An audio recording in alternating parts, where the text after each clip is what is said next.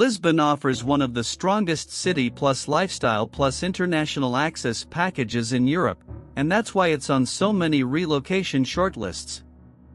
But the trade-off is simple and non-negotiable. Housing is expensive and competitive, and your quality of life will depend heavily on how you handle rent, neighborhoods, and daily logistics. If you're expecting Lisbon to feel like affordable Europe, this city can disappoint you fast. If you're prepared for the costs and you choose your setup carefully, Lisbon can work, but it's not for everyone. This video is for people searching cost of living in Lisbon, rent in Lisbon, and moving to Lisbon, and trying to decide yes or no before relocating. This is not travel content.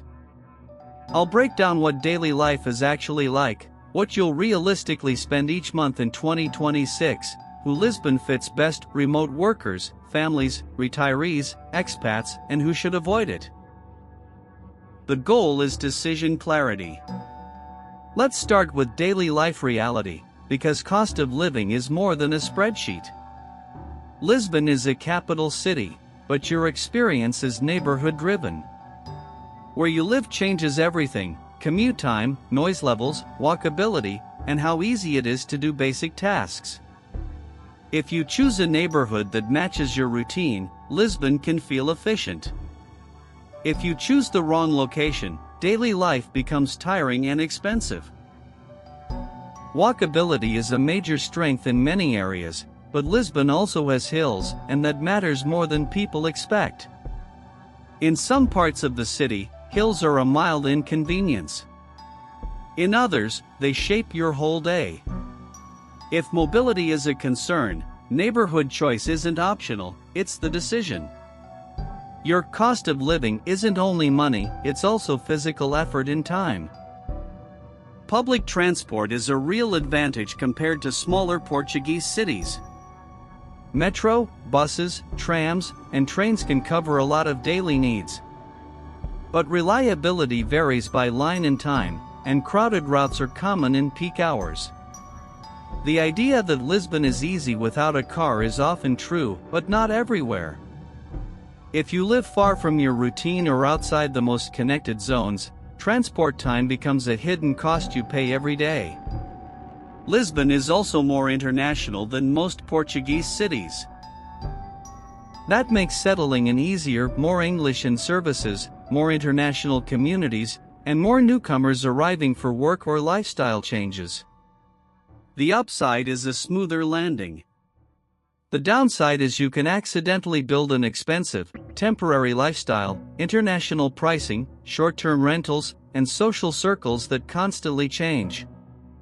Weather is another reality check.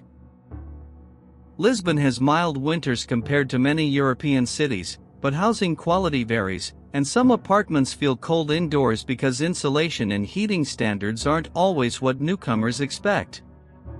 Summers can be hot, and older apartments without good ventilation can be uncomfortable. So housing quality isn't just comfort, it affects your productivity, your health, and your monthly bills. Language is practical. You can live in Lisbon with English more easily than in smaller cities, but daily life still runs in Portuguese, especially in healthcare, contracts, and paperwork. You don't need fluency to survive, but basic Portuguese helps you avoid misunderstandings and makes life calmer. If you plan to stay longer than a year, language becomes a quality of life upgrade, not a nice-to-have. Here's the daily life summary. Lisbon gives you big city access, international connectivity, more services, a larger social ecosystem, while still being more neighborhood-based than many capitals. The downside is daily life can become stressful if your housing situation is unstable, your commute is long, or you're trying to force a low-cost lifestyle in a city that is no longer low-cost. Now let's go into the cost of living in Lisbon in 2026, starting with the biggest variable, rent. Lisbon's rent market is competitive. For planning ranges, a one-bedroom apartment in the city center can realistically land around €1,000 to €1,900 per month. Outside the center, a one-bedroom is often closer to €800 to €1,200, but outside the center doesn't automatically mean cheap. In Lisbon, location is value. A slightly more expensive place with a shorter commute can reduce other costs and improve daily life. If you need a two-bedroom, costs increase quickly, especially in well-connected neighborhoods. And beyond price, there's competition, listings move fast, and you may need to act quickly, provide documentation, or accept compromises. Lisbon rewards people who are prepared and organized. Housing quality is the next hidden variable. Lisbon has many older buildings, and quality ranges widely. Some apartments are renovated and comfortable. Others look fine in photos but have noise, humidity issues, weak insulation, or poor layouts. For relocation decisions, treat housing as the foundation of your Lisbon experience. If you compromise too heavily, you often pay later in stress and lost sleep. Next, utilities. A realistic planning range for basic utilities, electricity, water, and possibly gas, can be roughly €85 to €224 per month, depending on apartment size and heating/cooling needs. Internet often lands around €20 to €60 depending on plan and provider. These numbers sound manageable, but utilities can surprise people in extreme seasons or in poor quality apartments.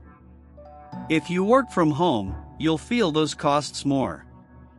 Groceries are lifestyle dependent.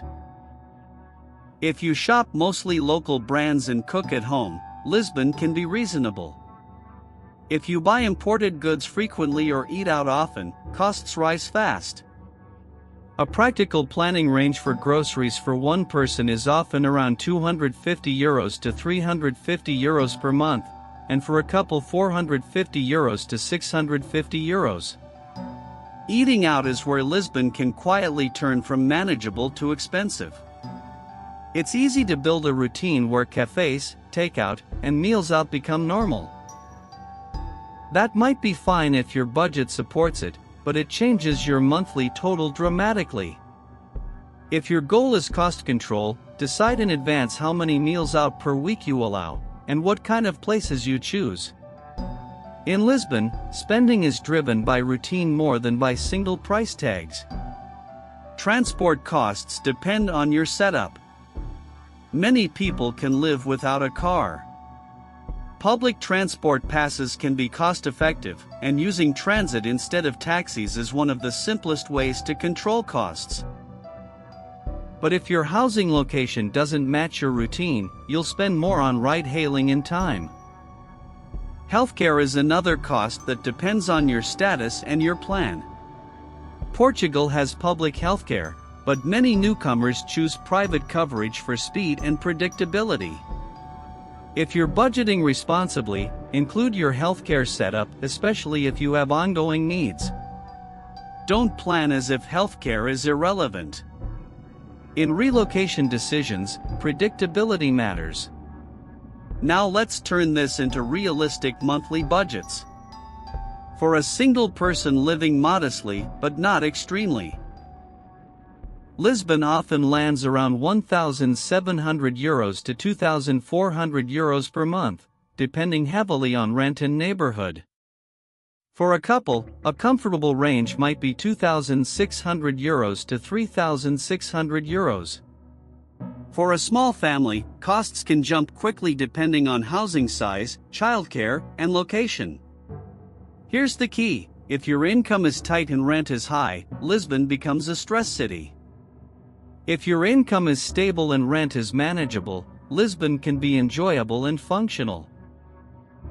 Lisbon is great for some people and a poor choice for others because it doesn't forgive weak housing economics.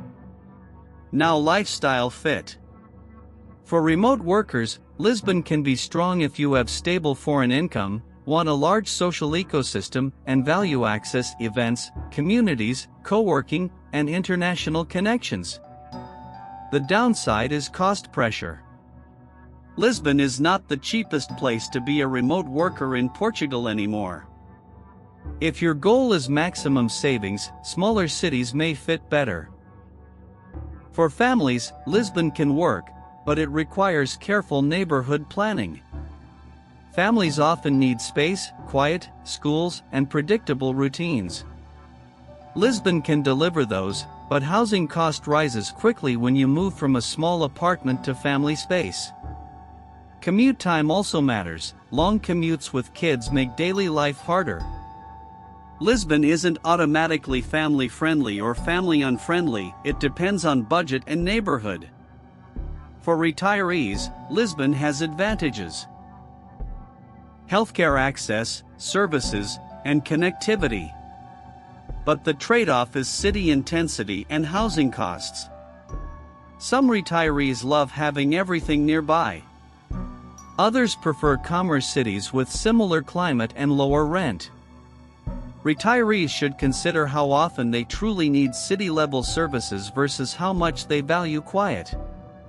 For expats and newcomers, Lisbon is often one of the easiest Portuguese cities to land in because there are more English-friendly services and more international communities. But that ease can become expensive. Short-term rentals, international pricing, and frequent social spending can push budgets up. If you're planning a long-term move, success depends on moving from arrival mode to stable mode, longer leases, local routines, and predictable costs.